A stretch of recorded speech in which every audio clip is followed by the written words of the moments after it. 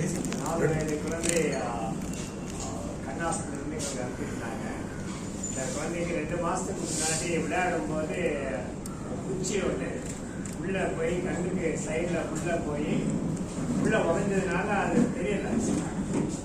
அந்த குழந்தைக்கு சொல்லவும் தெரியல. அந்த பெற்றோர்கள் என்னன்னு தெரியாமல் ஒரு அடிப்பட்டுக்கு லேசாக அவ்வளோன்னு ஒரு சென்டிமீட்டர் அளவு தான் அடிப்பட்டு நினச்சி அதுக்கு அவங்க வைத்தியம் பண்ணி இருந்தாங்க.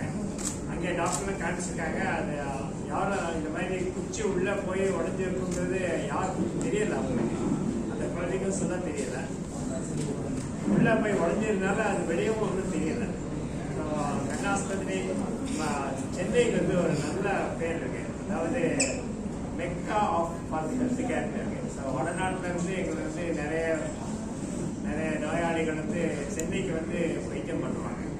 ஸோ அதே மாதிரி இந்த குழந்தையும் இங்கே இங்கே எம்ஆர்ஐ ஸ்கேன் பண்ணோன்னா அந்த குச்சி கண்ணுக்கு சைடில் உள்ளே போய் கண் வழியாக மூளை போய் மூளைப்படுற பக்கத்தில் அதை டேமேஜ் பண்ணுற மாதிரி இருந்தது.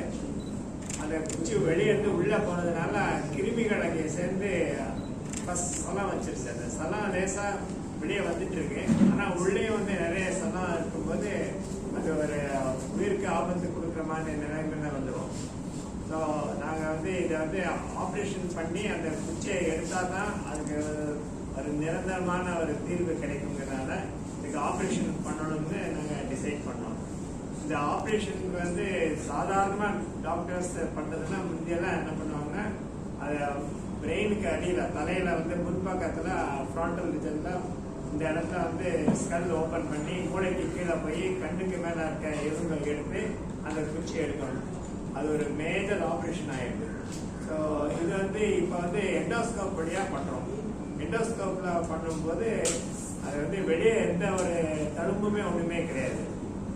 பட் ஆனால் மூக்கு வழியாக உள்ள பண்ணும்போது அந்த குச்சி எந்த இடத்துல இருக்குங்கிறது கரெக்டாக கண்டுபிடிச்சி அது ப்ரிசைஸாக அங்கே போய் அந்த குச்சியை பார்த்து அது எடுக்கணும். வேறு நரம்பெல்லாம் டேமேஜ் ஆகாமல் இருக்கணும்.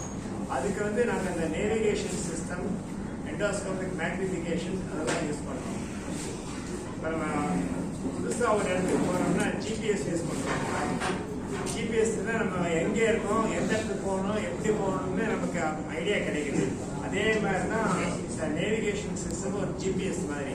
ஸோ மூக்கில் எந்த இடத்துல அதை கண்ணு ஓப்பன் பண்ணி அது பிரெயினுக்கு போகிற எப்படி போகணும், அந்த குச்சி எந்த இடத்துல இருக்குங்கலாம் அந்த ஜிபிஎஸ் பார்த்து அது கரெக்டாக அந்த குச்சியை எடுத்து இந்த சலத்தையும் எல்லாத்தையும் எடுத்ததுனால அந்த குழந்தைக்கு இப்போ உயிருக்கு ஆபத்து கிடையாது. ஆல்ரெடி இந்த கண் பார்வை 90% ஆல்ரெடி டேமேஜ் ஆயிடுச்சு. இப்போ அந்த 10% அப்படியே இருக்கும். மேற்கொண்டு வருமா இல்லைங்கிறது நம்ம பார்த்தா சொல்லலாம். இது ஆப்ரேஷன் பண்ணாமல் அப்படியே விட்டோம்னா அந்த சலம் உள்ளே போய் நிறைய பிரெயினுக்கே டேமேஜ் ஆகிடுச்சு, உயிருக்கு ஆபத்து வர மாதிரி ஆகிட்டு இருக்கும். அதெல்லாம் நம்ம ப்ரிவென்ட் பண்ணியிருக்கோம். இது ஒரு வித்தியாசமான ஒரு ஆப்ரேஷன். அண்ட் பேஷண்ட்டுக்கு இந்த மாதிரி ஆப்ரேஷனாக யூஸ்வலாக நிறைய செலவாகும். பட் நம்ம சேர்மன் ரொம்ப மனிதா மற்றவங்க இதுக்கு ரொம்ப கன்செஷன் கொடுத்து ரொம்ப மினிமல் எக்ஸ்பெண்டிச்சர்லாம் இது பண்ணுறது. இந்த மாதிரி நாங்கள் இதுக்கு முன்னாடி கூட இந்த மாதிரி நிறைய கேசஸ் பண்ணியிருக்கோம். கவர்மெண்ட் ஹாஸ்பிட்டலில் ஒரு மாதிரி ஆப்ரேஷன் பண்ண முடியாத கேசஸ்ஸு அதனால அவங்க விருப்பம் இல்லாத இங்கே வந்தோன்னா அங்கே ஃப்ரீயாக கூட ஆப்ரேஷன் பண்ணியிருக்கோம்.